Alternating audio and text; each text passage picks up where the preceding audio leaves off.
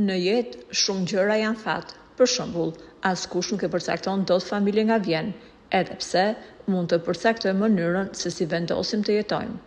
Të lindesh në një familje që të ofron çdo gjë dhe ka një status të lartë, shpeshherë është fat.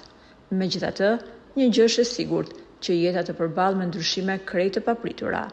Pas rënies së sistemit komunist, fëmijët e udhëheqësve në shumicën e rasteve vendosën të largohen nga Shqipëria, por kishte edhe nga ato që vendosën të jetojnë në Shqipëri, duke u munduar që të mos të ekspozojnë faktin që janë nipër ose mbesa të udhëheqësve komunist.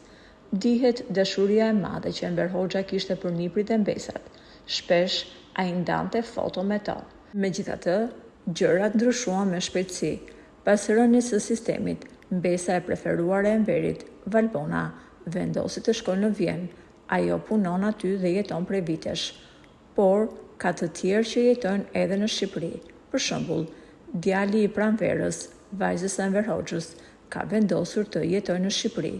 Dritani është një njeri shumë i qetë nga natyra dhe shumë i edukuar, por pak veta e din punën që ai bën. Nipi i Enver Hoxhës punon në një call center, punë që zakonisht bëhet nga studentët. Ai prej vitesh punon në call center, edhe pse pak veta e din se kolegu i tyre është nipi i udhëheqësit komunist.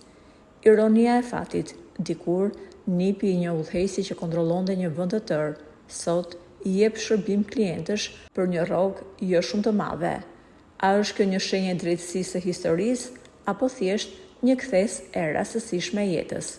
Për më shumë, mund të lini komentin tuaj poshtë videos.